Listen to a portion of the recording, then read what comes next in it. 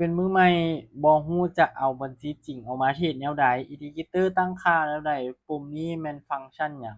ในวิดีโอนี้ข้อยจะมาแนะนำรายละเอียดทุกๆอย่างเกี่ยวกับแพลตฟอร์ม BX Trade ว่าอินดิเคเตอร์แต่ละอันเนาะอินดิเคเตอร์มันอยู่ไสวิธีการเบิ่งแนวรับแนวต้านวิธีการเอาเงินจริงออกมาเทรดวิธีการเตือนถอนหยังต่างๆเฮ็ดแนวใดในวิดีโอนี้เดี๋ยวเราไปเบิ่งนำกัน ซึ่งก่อนอื่นข้อยต้องแนะนำตัวก่อนเนาะสำหรับคนที่กำลัง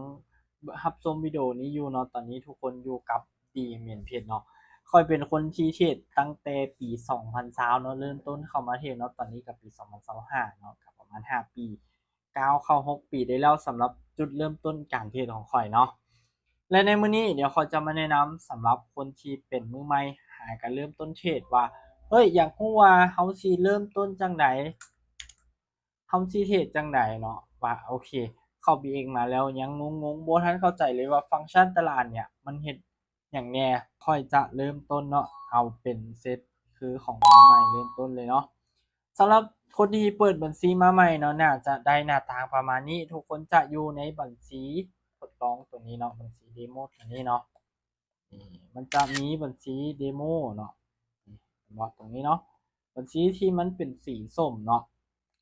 ซึ่งสำหรับตัวนี้แมันจะเป็นบัญชีทดลองหรือว่าบัญชีเดโมที่เอาไว้ให้เราซ้อมเทรดเนาะกรณีที่เสียก็จะบ่มีผลหยังต่อบัญชีเราเนาะอ่ะสมมุติว่าข้อยเซลไปเนาะอยู่ที่20ตัวนี้ข้อยเซลไปอยู่ที่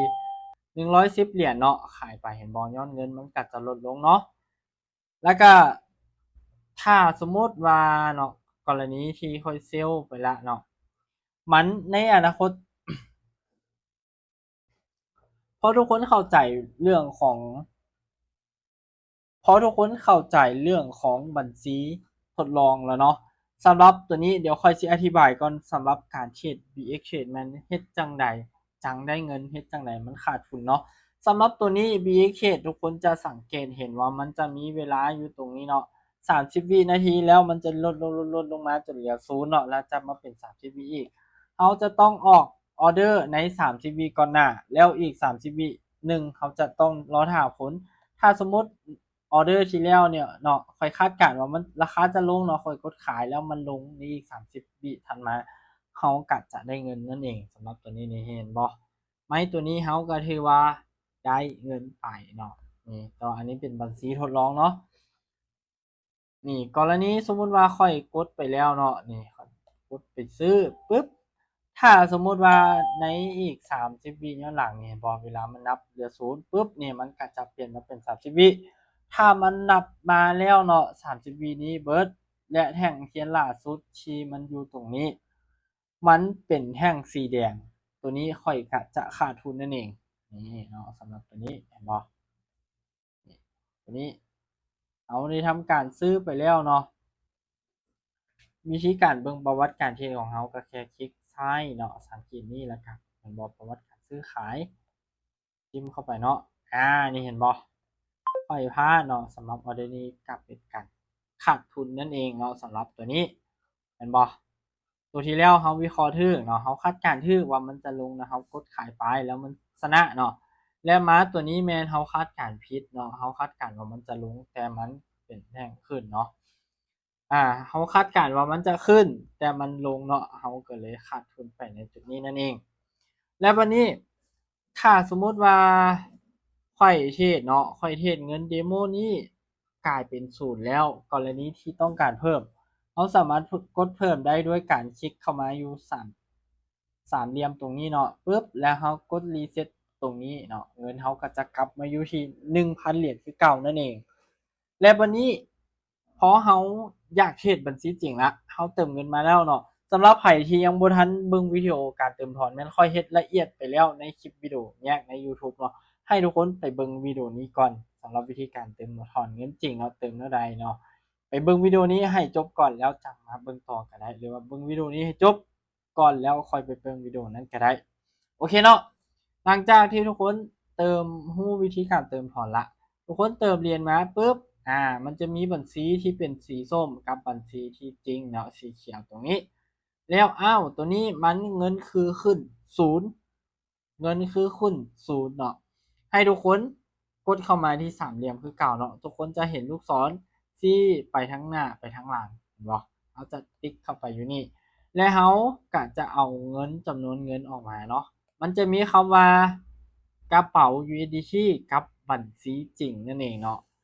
บัญชีจริงคือเขาจะเอามาเทรดบัญชีกระเป๋าก็คือเขาจะเอาเงินไปเก็บไว้ในกระเป๋าซึ่งการเก็บนี้เป็นการเก็บไว้เพียงเท่านั้นโบได้มีผลอย่างเนาะโอเคปึ๊บเนาะสมมุติข่อยต้องการเอาไปมันออกมา15เนาะ15.15เนาะเขาก็กดโอนเงินบ่เขาก็กดโอนเงินออกมาปึ๊บแล้วบัดนนี้ถ้าเขาอยากเทรดบัญชีจริงเขาก็สามารถใส่จำนวนเงินสมมุติเขาจะออกออเดอร์ไป5เหรียญเนี่ยเขาก็สามารถปรับอยู่ตรงนี้ได้เนาะเขาก็สามารถพิมพ์จำนวนเงินนี่ตรงนี้ไปได้เลยเนาะปึ๊บสมมติว่าตัวนี้ค่อยกดซื้อเนาะค่อยกดซื้อเห็นบ่เขาก็ต้องรอท่าผลอีก30วิแล้วเขาอยากรู้ว่ากรณีที่เขาออกออเดอร์ไปแล้วมันอยู่ไสเนาะให้เขามาที่3ขีดตรงซ้ายมือตรงนี้และก็กดการซื้อขายเห็นบ่ประวัติของเรามันก็จะขึ้นอยู่นี่เนาะยังเป็น3จ้ำถ้ามันเป็นออเดอร์ที่ออกผลแล้วเนาะเราจะเบิ่งอยู่นี่แต่เรามาเบิ่งนํกันว่าโอเคตัวนี้ค่อยคาดการณ์ผิดนั่นเองเนาะก็คือราคาเนี่ยมันลงมาตอนท้ายนั่นเองเนาะเห็นบ่ประวัติของเราก็จะขึ้นอยู่นี่เนาะเห็นบ่1เหรียญเนาะและบัดนี้มาเรามาเบิ่งกันในส่วนของเราเข้าใจเรื่องของการเทรดเนาะเฮ็ดจั่งใดเนาะวิธีการเทรดเอาเงินจริงเอาเงินทดลองเทรดเนี่ยเฮ็ดจั่งใดเนาะบัดนี้เรามาเบิ่งอีปุ่มพังซ้ายมือที่เราจะเห็นเลยว่ามันมีเป็น10เป็น20อันตรงนี้นี่มันจะมีหยังแหน่เนาะอันตัวนี้แม่นข้อยจะขออธิบายแต่อันที่ตัวข้อยเองเนาะใช้อันที่1จะมีตัวนี้เลยเนาะตัวอันแต้มรูปเนาะเอิ้นอันแต้มจุดว่าโอเคจุดนี้นะเวลาเราอธิบายหยังต่างๆปึ๊บเนาะอันนี้มันจะมีตัวเครื่องมือตัวนี้และเวลาที่ข้อยอยากลบเนาะสมมุติว่าข้อยสิลบลบแนวใดเราจะเลื่อนลงมานี่เลื่อนนี้ลงมาแล้วเห็นกระถางนี้อะเนาะกดไปบ้านหนึ่งและจะมีอยู่ถึง moving remove เนาะ22อันที่ข้อยแต้มนี่เห็นบ่กดอันที่1และมันก็จะหายไปสมมุติอยากเอา indicator ออกก็กดอยู่ทางเฮียเนาะ indicator ทั้งหมดจะถูกเคลียร์ไปทั้งเบิดเลยเนาะแล้วตัวนี้จะเป็นปุ่มที่เราจะกลับมาใช้เป็นการแต้มอย่างคือเก่านั่นเองและอันนี้อันที่2เนาะที่ข้อยจะใช้ก็คือตัวที่เป็นไม้บรรทัดเอาไว้แทรกแนวรับแนวต้านอย่างต่างๆเนาะนี่เครื่องมือที่ข้อยจะใช้ก็มี3อันประมาณนี้เนาะสมมุติว่าอยากลบนี่เขาก็กลับเข้าไปอยู่กับทางนี้แล้วก็ลบ2อันมันก็จะออกไปแล้ววันนี้ตอนนี้นี่เราคือมีแต่กราฟอันเดียวเนาะ BX มันมีให้เขียนอยู่5-6กราฟเนาะให้ทุกคนเข้ามาที่ปุ่มบวกอยู่นี่ปึ๊บเห็นบ่แล้วเราจะเห็นตัวกราฟอื่นๆขึ้นมาเนาะสมมุติว่าอยากเทรด BTC เราก็จิ้มเข้ามา BTC สมมุติว่าอยากเทรดในส่วนของ BNB เราก็จิ้มเข้ามาเนาะเห็นบ่บวกเข้ามาได้เลยบวกเข้ามาเนาะเห็นบ่อยากเทรดทองคำก็กดบวกเข้ามาแล้วเราก็สามารถเทรดในกราฟตัวใดตัวหนึ่งที่เราเข้าใจมันแล้วก็เราสามารถเทรดได้เลยเนาะกราฟแต่ละกราฟมันต่างกันบ่มันต่างกันเนาะวิธีทุกคนจะสังเกต BTC เอาราคาของมันเนาะ 97,000 เนาะตัวอ่า Solana เนาะ153เหรียญเนาะตัวนี้เนาะราคามันก็จะมีความต่างกันเนาะแต่ลักษณะแนวโน้มของกราฟมันจะไปทางเดียวกันนั่นเองเนาะแล้ววันนี้มาปุ๊บเนาะมาปุ๊บแล้วเราเห็นเป็นแนวนี้เนาะทุกคนสามารถตั้งค่าแท่งเทียนได้อยู่นี่ปึ๊บเนี่ยถ้าสมมุติบ่อยากเบิ่งแท่งเทียนเนาะอยากเทรดเป็นแท่งจังซี่ก็ได้เนาะสามารถเบิ่งปรับแต่งได้เนาะอยากเทรดให้แท่งสีเขียวเนี่ยเป็นโปร่งใสบ่อยากเทรดเป็นกราฟเส้นเนาะก็สามารถปรับได้ตัวนี้เนาะนี่ปรับอยู่นี่เลยเด้อเห็นบ่เดี๋ยวค่อยจะเอาเบสิกนี่แหละเนาะและต่อไปจะเป็นเครื่องมือ indicator ที่เราจะเรียนนำใช้กันนั่นเองเนาะให้ทุกคนเข้ามาที่ FX ตรงนี้แล้วก็จะมีคำว่า Indicator เนาะกดเข้าไปได้เลยมันก็จะมีหลากหลายเครื่องมือเนาะที่ทุกคนสามารถเบิ่งได้ใน YouTube ผมค่อยสอนเรื่องรายละเอียดในการนำใช้ Indicator เนาะไปเบิ่งได้เนาะอยากเห็นรูป Indicator ใดมันก็จะมีเป็น50 60 Indicator เนาะทุกคนก็สามารถเบิ่งแล้วก็ศึกษาได้เนาะแต่ละ Indicator เนี่ยใช้แนวใดนำใช้แนวใดเนาะปึ๊บแล้วบัดนี้เราเข้าใจฟังก์ชันหลักๆแล้วเนาะบัดนี้เราจะมาอยู่ที่3ขีดตรงนี้เนาะเห็นบ่มันจะมีประวัติการเทรดเนาะสำหรับมื้อนี้นี่ค่อยเทรดไปเนาะ1เหรียญก็คือออร์เดอร์ที่ออกไปนั่นเองเนาะสำหรับประวัติการเทรดของข้อยเนี่ยมันจะขึ้นแต่บัญชีจริงเท่านั้นเนาะมันจะขึ้นแต่บัญชีจริงที่เราเทรดบัญชีทดลองจะบ่ขึ้นในประวัติการเทรดเนาะ มันจะมีเนาะตลาดปึ๊บอันนี้จะเป็นการซื้อเหรียญในรูปแบบสปอตเนาะอันนี้ใครอยากศึกษาเรื่องรายละเอียดลึกๆคอมเมนต์มาในวิดีโอนี้เดี๋ยวค่อยเฮ็ดวิดีโอเนี้ยสอนลึกรายละเอียดให้เนาะโอเควันนี้ในส่วนของกระเป๋าเนาะกระเป๋าตรงนี้เนาะเห็นบ่ทุกคนจะเห็นยอดเงินของข้อยเนาะทรัพย์สินของข้อยตอนนี้มีเนาะ USDT 1,100 เหรียญเนาะแต่อยู่หน้าบัญชีจริงเขาจะมีอีก14เหรียญเนาะนี่เห็นบ่ทั้งเบิดของข้อยจะมีอยู่1,114.15 เหรียญนั่นเองเนาะอันนี้จะเป็นหน้าส่วนของกระเป๋าเงินเนาะวิธีการย้ายวิธีการเติมทอนไปเบิ่งวิดีโอให้มันไปเบิ่งวิดีโอที่ข้อยสอนเนาะเบิ่งละเอียดเลยเนาะ